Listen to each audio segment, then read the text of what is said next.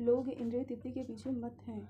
वे यह नहीं जानते कि उनका क्लेशों से युक्त यह शरीर उनके विगत सकाम कर्मों का फल है। यद्यपि यह शरीर नाशवान है, किंतु यह नाना प्रकार के कष्ट देता है। अतः इंद्रिय तृप्ति के लिए कर्म करना श्रेष्ठ नहीं है। जब तक मनुष्य को अपने असली स्वरूप के विषय में जिज्ञासा नहीं करता, उसका जीवन व्यर्थ है। और जब तक वह अपने स्वरूप को नहीं जान लेता, तब तक वह इंद्रिय तृप्ति के लिए सकाम कर्म करना पड़ता है।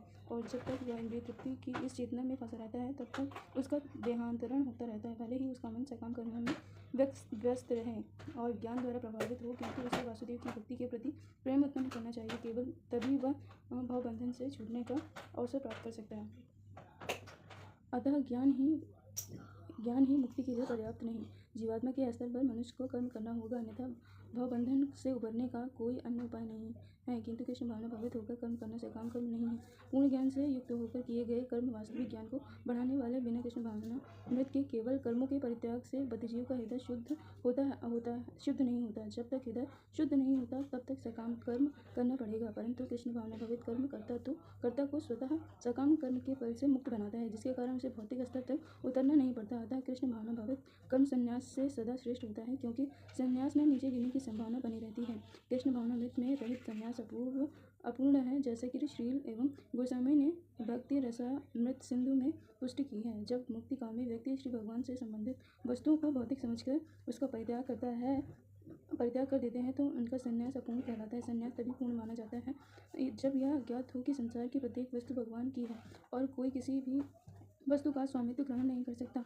वस्तुतः मनुष्य को यह समझने का प्रयत्न करना चाहिए कि उसका अपना कुछ भी नहीं है, तो फिर संन्यास का प्रश्न ही कहाँ उठता है। जो व्यक्ति यह समझता है कि सारी संपत्ति कृष्ण की है, वह नित्य सन्यासी है। प्रत्येक वस्तु कृष्ण की है, अतः उसका उपयोग कृष्ण के लिए किया जाना चाहिए। कृष्ण भावना भावित होकर इस प्रकार का पूर्ण कार्य करना मायावादी सन्यासी के कृत्रिम वैराग्य से कहीं उत्तम है।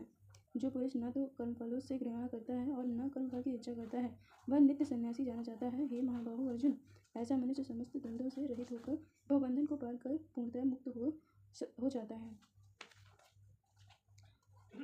पूर्णतः कृष्ण भावना भावित पुरुष नित्य सन्यासी है, क्योंकि वह अपने कर्मफल से न तो घृणा करता है, न ही उसकी आकांक्षा करता है। ऐसा सन्यासी भगवान की दिव्य प्रेम भक्ति के परायण होकर पूर्ण ज्ञानी होता है, क्योंकि वह कृष्ण के साथ अपनी वास्तविक स्थिति को जानता है। वह भलीभांति जानता रहता है कि कृष्ण पूर्ण अंशों के हैं और वह स्वयं अंश मात्र है। ऐसा ज्ञान पूर्ण होता है क्योंकि यह गुणात्मक तथा सकारात्मक रूप से सही है। कृष्ण तदात्मा की भावना भ्रांत है, क्योंकि अंश अंशी के तुल्य नहीं हो सकता। यह ज्ञान की एकता गुरु की है, न कि गुणों की मात्रा की। सही दिव्य ज्ञान है जिससे मनुष्य अपने आप से पूर्ण बनता है, जिसे न तो किसी वस्तु की आकांक्षा रहती है, न किसी शोक की। उसके मन में किसी प्रकार का छल कपट नहीं रहता, क्योंकि वह तो कुछ भी करता है कृष्ण के लिए करता है। इस प्रकार छल कपट से रहित होकर वह इस भौतिक जगत से भी मुक्त हो जाता है।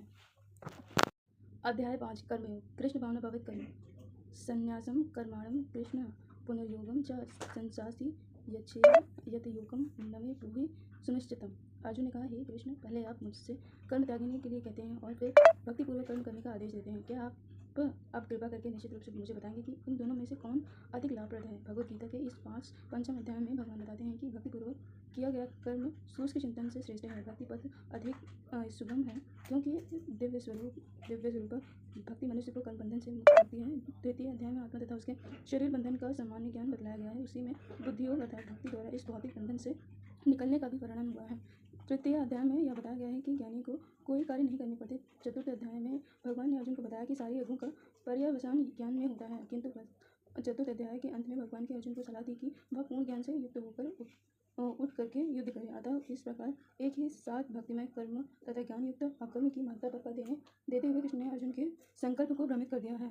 अर्जुन यह समझता है कि ज्ञान में संन्यास का अर्थ है इंद्रिय कार्यों के रूप में समस्त प्रकार के कार्यकलापों का परित्याग, किंतु यदि भक्ति योग में कोई कर्म